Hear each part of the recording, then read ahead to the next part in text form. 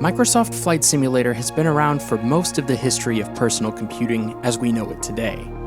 Development began all the way back in 1977. Version 1 was released in 1982. As you can probably imagine, it didn't look anything like this. Throughout the years, Flight Simulator has represented the advance of technology, with each successive version adding new systems to its increasingly complex simulation of flight, and eventually, the entire Earth.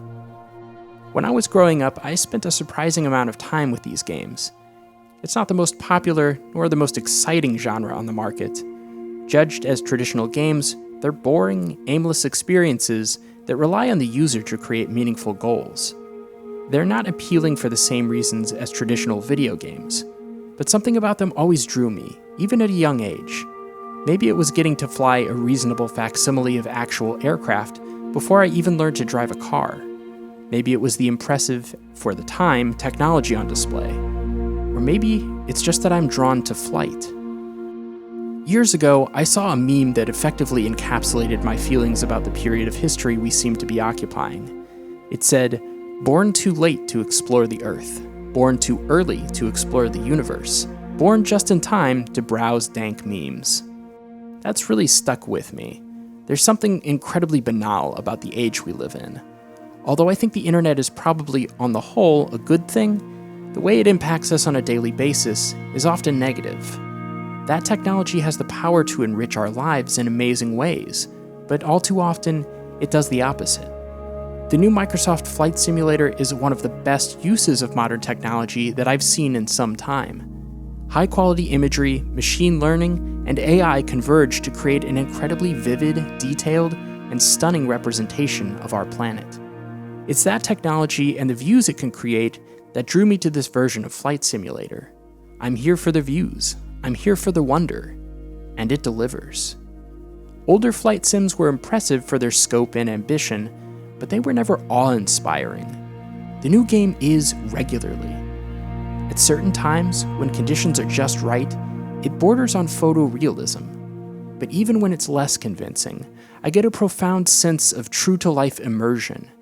It's a window into the real world, a window showing me places I've never been, or familiar sights from new vantage points. Sometimes that window is dirty, sometimes it distorts like a funhouse mirror, but it's always showing me something approximating the real world in greater fidelity than I imagined possible in this format. I started my journey in Flight Simulator the same way as many others, by finding my house. I worked my way through a list of familiar and famous sites, wanting to see how faithfully they were rendered by the game. I was surprised by what turned out well, and what the game's underlying technologies struggled to reconstruct. In past flight simulation games, major cities and landmarks have required extra work from the development team, or modders, in order to create faithful in-game representations. Naturally, the focus went towards the world's most notable sites. While the new Flight Simulator does feature some hand-modeled airports and landmarks, the overwhelming majority of the world is generated by data.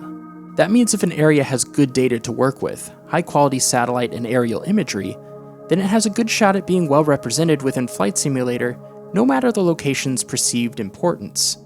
So you end up with weird situations where a family farm or a backwoods cabin might show up more accurately than a major landmark, because the AI is truly agnostic. Of course, not every place on Earth has an equal level of data representation in the game.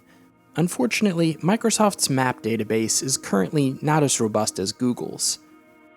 There are some other key areas that need improvement as well.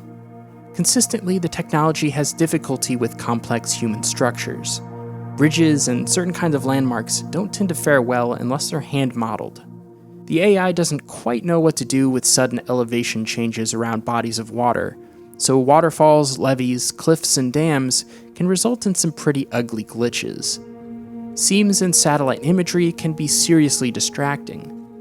Sometimes the whole thing kind of falls apart, but that's definitely been a rare experience for me. When you're gliding thousands of feet above the ground, the blemishes are a lot less visible. The illusion of the real world holds together most of the time. When you're closer to the ground, your experience will vary. What's exciting is that Microsoft has committed to supporting the software and evolving the technology over time, and things should only get better as the data and methods for processing it improve. Aside from the AI-assisted mapping of the world, the other leap forward are the game's lighting and weather systems. In fact, I think those things have a larger impact on the visual believability. Techniques for real-time lighting and material rendering have become a lot more sophisticated since the last Flight Simulator's release. The lighting lends everything a much greater air of realism. This is evident in the atmospheric haze in the sky, the way light plays off clouds, water, the aircraft. In large human settlements, there's light pollution at night. Impressive volumetric clouds form according to the weather, which can feed off of real-time data if you choose. All of these improvements and new systems work in concert to create a more realistic replica of Earth. I've played games before as a virtual tourist to see how faithfully cities or countries are recreated in a game, how well their essence is captured. Those games must always, by necessity, make changes to accommodate gameplay and limit the scope. They might be open-world games, but their worlds are not the world. Flight Simulator is the most open world you can get. You'll never reach the edge of the map, and there's something astounding and intimidating about that. The ongoing march of technology means that things which were once beyond comprehension eventually become mundane. I was born into a world where cars had been a routine part of life for generations, so I never had the infatuation with motorist culture and the open road. Even though air travel is also a long-established part of modern life, the vast majority of us are passengers, not pilots. We experience the miracle of flight inside a metal tube with tiny pinhole windows. We take for granted the incredible wonders that our daily lives are built on, and we shouldn't. I think the real utility of this game for the average person, the person who's not a hardcore simmer with a whole load of fancy control surfaces, is simply to behold the beauty of our world through the lens of technology. While it's not the same thing as actually getting out and seeing the world, it is a more compelling approximation of that than ever before, and it's a relatively accessible one. With so many people stuck at home this year, Flight Simulator offers a realistic escapist fantasy. We often pit technology and nature against each other, as though some kind of future dystopia is an inevitability, but it doesn't have to be that way. They can be complementary forces. Flight Simulator offers a perspective that you don't get on the ground. This is not the same thing as looking at maps or satellite imagery. It's not even the same thing as something like Google Earth. The simulated act of flying over a realistically rendered Earth can stir the soul in a unique way. Remembering that we really do live in a beautiful world tends to put us in our place, to show us that the world really is bigger and older and more majestic than our problems.